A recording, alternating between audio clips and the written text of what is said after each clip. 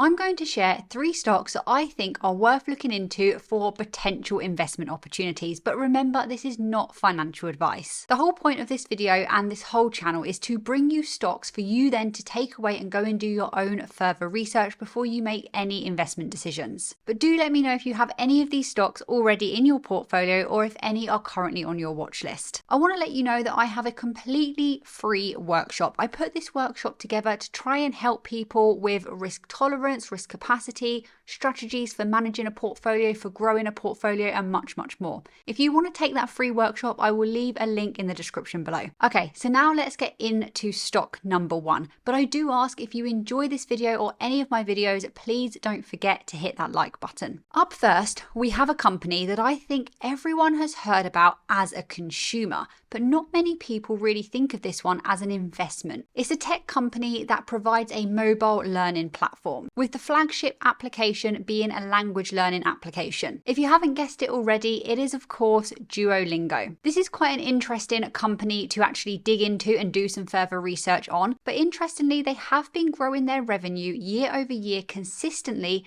since 2019, and in 2023 their net income actually went above 0, meaning they became profitable. I also really like their cash to debt ratios. These look healthy, and also their cash flows look pretty good. Their daily active users and their monthly active users have been increasing. This is good to see because this basically means that there is more demand for their services. More people are wanting to sign up and actually use their application, their app. Their daily active users went up by 65% year over year from Q4 2022 to Q4 2023, and likewise their monthly active users saw an increase of 46% year over year between these 2 time periods as well. Interestingly, their paid subscribers also went up by 57% year over year, and this is really a really important figure because ultimately, as an investor into a company, it's all good seeing consumers use the free services, but they must have a way to monetize these users.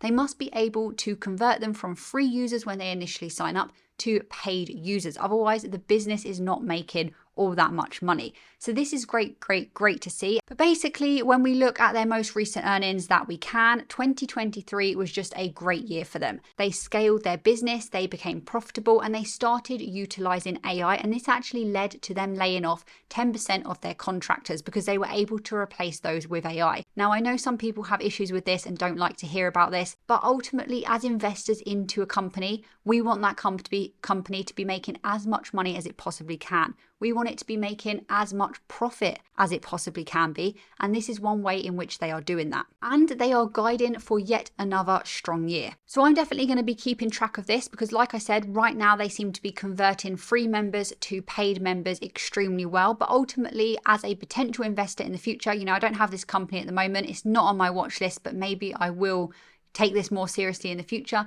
What I want to be seeing is that they are converting as many as possible free members into paid members, and they are finding clever and smart ways to monetize. So another thing that Duolingo have been doing really well recently is actually product innovation. So we all know Duolingo for their language learning app. That's what they basically are. But actually, they are expanding. They are having new products, and they've now expanded into new categories in terms of, learning. So same sort of thing, but into maths and music. And this basically helps them unlock new addressable markets, which then of course helps drive growth. And all this can basically mean that higher engagement is found, and then there is higher conversion of free members into paid members. Because if you think about it, there are only, so many people in the world that want to learn a new language, that actually will bother downloading the app, paying to learn a new language. However, if you then add that with people that need to learn math skills and music skills, you just basically expand the potential customer base that you have access to. So really love to see this from them. And hopefully what will happen over time is they become, this almighty learning app, and they can keep expanding what they offer. Now, of course, there are some risks. And when it comes to Duolingo, one thing that I'm really thinking about is how competitive will they be compared to large language models, LLMs, and generative AIs, like the free ChatGPT. I mean, a lot of people don't even have the free version anymore. They have the paid version. But things like that and thinking, expanding out from there do really have the potential to actually impact the traditional learning platforms, language learning platforms, like we see with Duolingo, but also not just language learning, maths, music, whatever else Duolingo expand into in the future. And another thing to think about is this stock currently a little bit overvalued? Is it currently a little bit pricey right now to start making a position in this company? Let me know what you think about that in the comments below. So let's just take a look at this company on Seeking Alpha. Now, currently Seeking Alpha are offering my audience a 7-day free trial plus a 20% off a premium membership, which is what I use for my stock research. If you want that, link in the description below. But we can, there's many things that we can see here. Right now, there are 2 buy ratings and 1 hold rating, which is, not the only thing that you should go by, of course, but that is good to see that analysts are thinking this is a buy. The growth grade overall, and Seeking Alpha basically grade different stocks by different categories. The growth grade overall is an A+. So they are saying revenue growth year over year, A+, which is the best it can be. And revenue growth forward looking is also an A+, again, the best it can be. So that's really positive. And now if we look at profitability, overall profitability grade is a B. Gross profit margin is being given an A+, and you can see other categories here. I won't go all through them. When I look at what the competitive landscape is like with Duolingo, there's not that many direct competitors. However, there are a lot of different websites and different applications, especially with AI now, generative AI, chatbots. It could become quite a crowded niche, something to, keep your eye on. But definitely when I think, especially during lockdown, when I think about an app to learn a language, this is the one I think about straight away. So how have they actually been doing in terms of the stock price? So over the last year to date, so over the last few months, down by 3.43%, so underperforming the index. If we expand out to a 1-year period, outperforming the index quite well actually. You can see some significant jumps. It's been a little bit volatile, but really some big significant jumps here. And then let's expand to a 3-year period. And you can see it's not been public that long, so we don't have vast amounts of data here. But all in all, doing pretty well, outperforming the index, but we do have to ask ourselves, is it currently a little bit pricey right now, a little bit overvalued? You'd have to do further research to actually dig into that deeper and see what you think. The next one is a stock that has already returned investors 81% year to date. And it's one that's being spoken about literally everywhere. Some people think that the hype will end, blah, blah, blah. However, I think there is still significant upside. This is, of course, the absolute AI golden child, nvda. This is a company, this is a stock that I have in my own portfolio. I started adding it back in December last year when it was around, I believe, the 400 mark-ish. Could be wrong on that. And at that time, it had already risen, stock price-wise, so much. So a lot of people were saying, hold off, don't buy it yet, wait for a dip. It's not going to keep increasing. Now look what's happened. I've done very, very well in the position and I kind of wish I'd put even more money in. But, hindsight is a wonderful thing. Financially speaking, nvda couldn't have done much better. The revenue, the cash flow, the net income growth in the recent 3 or so quarters has just been incredible. There's not many companies out there that have been performing better. And all in all, the Q4 earnings were brilliant. And these results were primarily driven by the strong performance of their data center business segment, which is, of course, directly benefiting from just the growth of AI that we're seeing. And it does account now for quite a big majority of nvda's overall business. And we actually saw this segment of the business grow by 409% year over year, which is absolutely incredible, no doubt. And a lot of this growth has been seen because nvda for a long time have been working on things that are sort of ahead of their time. And they've been waiting, I guess, for their moment to shine. And of course, with the massive interest and increase in ChatGPT, large language models, generative AI, they have just been positioning themselves unknowingly, I guess. Well, they probably knew that this was coming for a very long time in the perfect position to allow this to now happen and be there ready and waiting to capitalize. And that's absolutely what they've been doing. And thinking forward, they are also guiding for a very, very strong 2024 as well. And they are actually estimating that their TAM, their total addressable market opportunity, could hit $1 trillion. And the NVIDIA CEO actually said that generative AI is the largest total addressable market expansion of software and hardware that we've seen in decades. And like I said, NVIDIA are positioned perfectly. And remember as well, NVIDIA already have orders coming in, so they have very, very good visibility for this year and also 2025. Right now, year over year, cash flow growth for NVIDIA is 303.7%. And this, of course, allows them to be very agile. It allows them to undertake new products easily, focus on their future expansion and making themselves even more competitive. There are other investment opportunities, other companies that are also worth looking at in this area. For example, AMD. But just in case you don't know, NVIDIA's business is actually split into 3 different segments. They have their data center, which is the most substantial revenue-wise. They have gaming, which is the second most substantial. And then they have others, their other segments, which include things like automotive, visualization, etc., etc. So one thing I think is really powerful when it comes to NVIDIA is that they actually have the market share in both gaming and data centers. And recently, of course, they announced the release of Blackwell, which is their new GPUs, and it is the most powerful chip to date. Blackwell will have 25 times better energy consumption and lower costs, which companies will absolutely eat up and love for tasks when it comes to AI processing. And NVIDIA's GB200 actually combines 2 of those GPUs with a single Grace CPU. So that can offer 30 times the performance for LLM inference workloads, whilst also potentially being substantially more efficient. So when we think about the big customers of NVIDIA, we're thinking about their mega tech companies, they are definitely going to be wanting these. And then we hear, okay, well, AI hype, it's been in a bubble, it's going to end, this isn't going to continue forever. I personally think that this is the new landscape of the world, AI, all of that stuff. I don't just think it's hype. I don't just think it's a buzzword. Sure, there's been a lot of poor stocks that have done well just because they've said AI at an earnings call.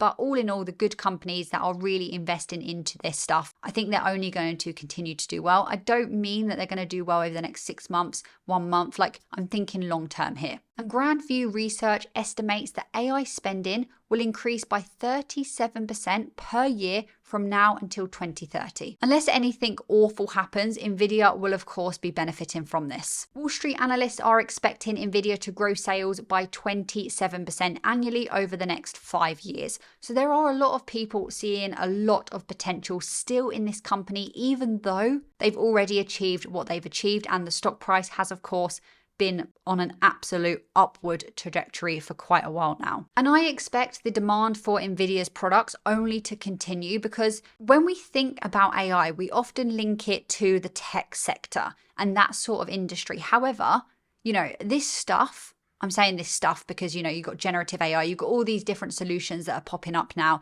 enterprise clients, you've got retail customers, all of this stuff, this AI related products and services, they are not going to be restricted by just the tech sector. They're not limited. We're expanding. We're seeing it in healthcare. We're seeing it in the financial segment. It's going everywhere. And the way I like to think about this is NVIDIA are sitting at the middle of all that demand. Looking at NVIDIA's forward PE ratio, their PEG ratio, and their price to free cash flow, you could also make the argument that this stock right now is actually relatively cheap, which of course may be surprising, and some people disagree when they just look at the stock price and see how it's increased by hundreds of percent in a short time period. But of course, remember that these ratios, PE ratio, PEG ratio, all of this stuff, they're important. You must understand them, but they're definitely not the only thing that you should be looking at and thinking about when you're analyzing a stock. If that all went over your head, you don't know what a PE ratio is, you don't really know how to find and analyze stocks, I have a workshop for that as well. I'll leave a link in the description below. So the only real questions I have, potential risks for NVIDIA, is just, can they keep up with demand?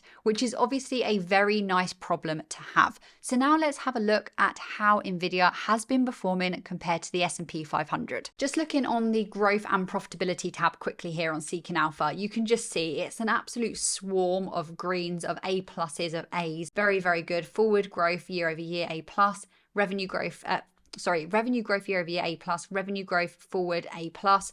Profitability, very, very, very, very strong here as well. And obviously you can dive into their earnings on here. You can see ratings, everything's on here that you could possibly need. Year to date, 75.95%, way outperforming the S&P. Let's expand to a 3-year period. Look at this. Returned investors over 500% in a 3-year period. Absolutely insane.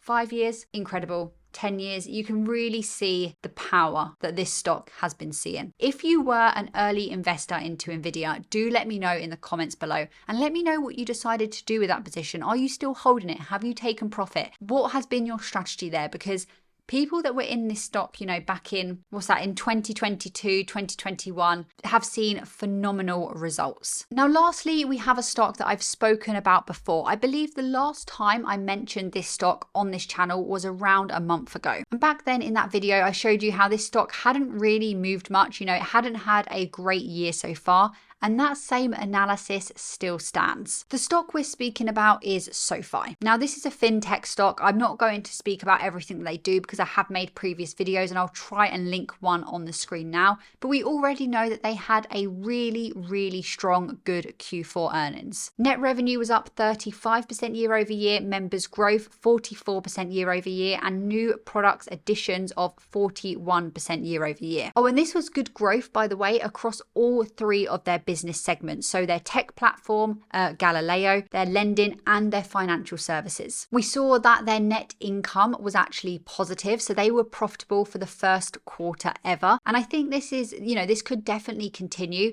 but ideally we want them to be profitable for at least an entire year. One thing I really respect about SoFi, one thing that I really like as a potential investor, this is on my watch list, is that they've actually grown beyond their original focus. Their original focus being on student loans, and now they include, bank accounts, investment tools, and other financial services. These offerings are accessible through their user-friendly digital app, which has of course attracted millions of new customers. It's all online. There's no brick and mortar, which means that they are able to reduce their outgoing costings. The traditional banks that still have physical stores, I think there's a place for that. And especially for people that aren't online, elderly people, it's really, really important. But these upcoming platforms, these upcoming companies, fintech companies that are competing with them, are able to reduce their costing significantly by not having these physical stores. And SoFi are quite smart with their strategy. They have something called their productivity loop. And what they're basically doing is they acquire new users, new customers, and then they effectively market additional products to them. So they are able to upsell other offerings. And this approach, of course, not only increases user engagement and revenue, but it also enhances the operational efficiency and profitability at scale. This is a very, very competitive landscape though. Off the top of my head, I can name like 6 different companies, fintech companies that are directly competing with SoFi. They all have differences. They are all, they're not identical to each other, but there's definitely a lot of overlap. And that could be a cause for concern for sure. But the US fintech market in particular is expected to grow with a 14.7 compound annual growth rate between 2024 and 2032. And I do think SoFi is one of the companies that is set to do very well here, but we do need to monitor them and keep checking in to see that they are still growing in the way we expect them to. How are the competitors doing? All of that good stuff. But at the moment, we're seeing good things. They're growing their revenue, they're growing their members, they're labeled as a one-stop shop for all financial services, which is a very, very good thing to be able to offer. Like we just said, they are able to upsell other offerings to their customers when they join. And then we have their earnings coming up at the end of this month. And I think that has caused a little bit of increase in stock price as we anticipate those earnings coming. I'll definitely be keeping a close eye on those. Year to date, again, like I said at the beginning of this section in the video, SoFi haven't been doing very well really. They're down by 22%, which is underperforming the index. Hasn't been having a great time. A little flick up here, like you can see, and maybe that will continue as we approach earnings. We'll have to see. 1 year, done quite well, pretty much matched the index. However, it's been a hell of a lot more of a rocky time. Very, very volatile. 3 years, not that great. It's not been amazing for SoFi investors so far. However, it could still be very early days, and this could be a company that you get in early and then you see the benefit. Not financial advice, of course, do your own research. But yeah, let me know what you think about SoFi. I see a lot of people very, very bullish about this stock. As of time of filming this video, I have just 2 spaces left on my Patreon. If you become a Patreon member, you will get access to my Discord, where we have a group of like-minded investors speaking every single day about investing, about different stocks, about different side hustles, all of that good stuff. And then you will also get a weekly portfolio update from me, and you'll be notified every single time I buy or sell any stock inside my own portfolio. If you want to be involved in that, there will be a link in the description below. But until next time, keep investing, keep analyzing, and don't forget to hit that subscribe button.